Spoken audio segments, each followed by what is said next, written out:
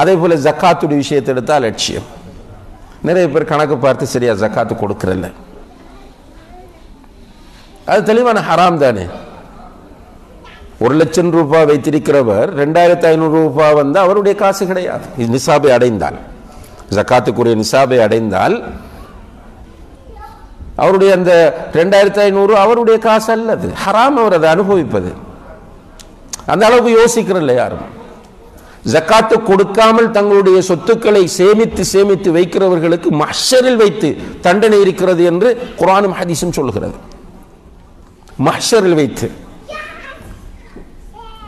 அவர்கள் சேர்த்தவை, ஜக்காத்து கொடுக்காமல் வைத்து சேர்த்தவற்றை அல்லாஹ் நரகத்தில் போட்டு பொசுக்கி அவர்களுடைய விழாவிலும் அவர்களுடைய முதுகிலும் சூடு போடுவான் என்று குர்ஆன் சொல்கிறது. ஆனால் எவ்வளவு பெரிய ஒரு அலட்சியம், ஜக்காத்தை கொடுக்காமல் இருக்கிறான், அதை பத்தி திங்க் பண்ணாமல் இருக்கான். கோடீஸ்வரன், மாஷா அல்லாஹ், எல்லாம் இருக்கு, அல்லாஹ் கொடுத்திருக்கிறான் எல்லாம். சென்னையில் வேண்டுமா ப்ராப்பர்ட்டிஸ் இருக்கிறது. இதை தாண்டி, நாட்டை தாண்டி வெளிநாட்டில் சிலர் சொத்துக்கள் வைத்திருக்கிறார்கள். ஐரோப்பிய நாடுகளில் சொத்து இருக்கிறது, அமெரிக்காவில் சொத்து இருக்கிறது, துபாயிலே சொத்து இருக்கிறது. ஆனால் ஜக்காத்து கொடுக்கிறாரா என்றால் இல்லை. அலட்சியம். இது இப்படி இருக்க, ஹராமான பொருளீட்டல் என்பது ஒரு முஸ்லிமை பொறுத்தவரையில் மிக ஆபத்தான ஒன்று. என்றால் நம்முடைய சிந்தனையில், நம்முடைய நம்பிக்கையில், அன்புள்ள சகோதர சகோதரிகள், நம்ம கடைசி கட்டம் யார்கிட்ட போவோம்? நமக்கு ஆபத்துக்கள், சோதனைகள், பிரச்சனைகள், கஷ்டங்கள் வந்தால் கடைசி யார்கிட்ட போய் நிற்போம்? அல்லாஹ் கிட்ட தானே. இதை தவிர ஒரு ஆப்ஷன் நமக்கு இல்லை. ஹதீஸ் என்ன சொல்லுகிறது? துஆ வந்து ஒரு முஃமினுடைய ஆயுதம்.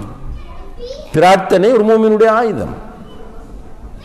அல்லாஹ் மீது தவக்குல் வைத்து பதில் கிடைக்கும் என்கிற நம்பிக்கையோடு அல்லாஹ்விடத்தில் அவன் தன்னுடைய 2 கரங்களையும் உயர்த்தினால் அந்த கரங்களை வெறுங்கையாக விடுவதற்கு, அனுப்புவதற்கு அல்லாஹ் வெட்கப்படுகிறான் என்று நபி ஸல்லல்லாஹு அலைஹி வஸல்லம் அவர்கள் சொன்னது. இதை நம்ம எல்லோரும் ஏற்றிருக்கிறோம். துஆ என்பதுதான் நமக்கு கடைசியாக இருக்கிற ஒரு ஆப்ஷன்.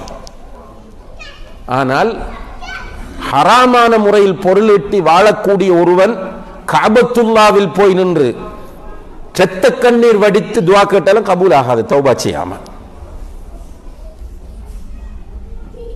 ஆனா இன்றைக்கு ரசூலுல்லாஹி அலைஹி வஸல்லம் அவர்கள் முன்னறிவிப்பு செய்தது போல, யத்தி அலன் நாஸி ஸமான் லா யுபாலில் மர்உ மின் ஐன அஹதல் மால் அமின் ஹராம் அமின் ஹலால் என்கிற ஒரு நிலை தான் வந்திருக்கு. ஒரு காலம் வரும், அந்த காலத்தில் மக்கள நிலைமை என்னென்னா காசு, பணம் என்பது. ஹலாலா வருதா ஹராமா வருதா நமக்கு காசு முக்கியம். இதெல்லாம் அலட்சியம். இப்படி சொல்லிக்கொண்டே போகலாம். நம்மை மிக மோசமான முறையில் இந்த அலட்சியம் என்கிற நோய் ஆக்கிரமித்திருக்கிறது. புத்திசாலித்தனமாக செயற்பட வேண்டும். எப்படி இருக்கக்குள்ள மலக்குல் மௌத் அலைஹிஸ்ஸலாம் வருவார். அலட்சியமான போக்கில் இருக்கிறவர்களை அவர் கூப்பிடும் போது, யா ரூஹல் ஹபீஸா உஹ்ருஜி இலா சஹத்தி மினல்லாஹி வ அதாப், கெட்ட ஆத்மாவை அல்லாஹ்வுடைய கோபத்தின் பக்கமும் அவனுடைய தண்டனையின் பக்கம் வெளியே வா என்றுதான் கூப்பிடுவார். அந்த நிலையிலிருந்து நம்மை நாம் பாதுகாத்துக் கொள்ள வேண்டும். நமக்கு ஆசை இருக்க வேண்டும், நான் மௌத்தாகும் போது அல்லாஹ் பொருந்தி கொண்ட நிலையில் நான் மௌத்தாக வேண்டும். அல்லாஹ் அதற்கு எனக்கும் உங்களுக்கும் தௌஃபீக் செய்ய வேண்டும். யா ரூஹத் தய்யிபா உஹ்ருஜி இலா மக்ஃபிரத்தி மினல்லாஹி வ ரிதுவான், நல்ல ஆத்மாவே அல்லாஹ்வுடைய மன்னிப்பின் பக்கமும் அவனுடைய திருப்தியின் பக்கமும் வெளியே வா என்று மலக்குல் மௌத் அலைஹிஸ்ஸலாம் அழைக்கிற ஆத்மாக்களை சுமந்தவர்களாக நாம் மாற வேண்டும். எனவே நாம் இந்த அலட்சிய போக்கிலிருந்து விடுபட வேண்டும். கொஞ்சம் சீரியஸாக சிந்திக்க வேண்டும். இப்படியே இப்போ நிறைய பேரை மிஸ் பண்ணுறோமே.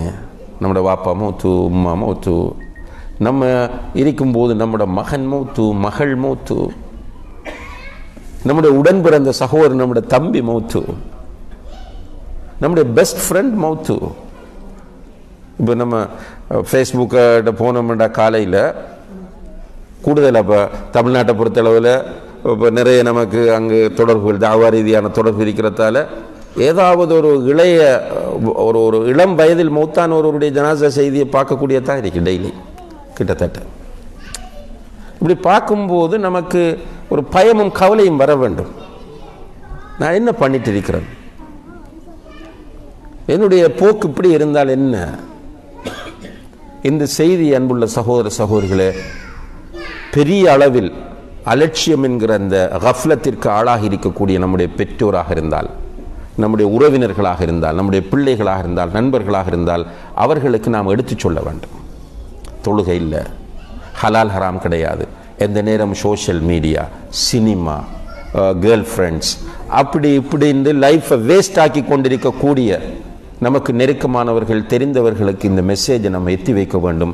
ஹிக்மத்தான முறையில் அல்லாஹ்விடத்தில் துஆ கேட்டு விட்டு இந்த முயற்சியை செய்யுங்கள். நிச்சயமாக நம் மூலம் அல்லாஹ் ஒரு மனிதனுக்கு ஹிதாயத்தை கொடுத்து விட்டால் பல சிவப்பு ஒட்டகங்கள் நமக்கு கிடைப்பதை விட அது சிறந்தது என்று நபிகள் நாயகம் ஸல்லல்லாஹு அலைஹி வஸல்லம் அவர்கள் சொன்னார்கள். எல்லாம் வல்ல அல்லாஹ் ஜல்ல ஷானஹு தஆலா அப்படியான அந்த கஃப்லத் என்கிற நோயிலிருந்து நம் அனைவரையும் பாதுகாக்க வேண்டும்.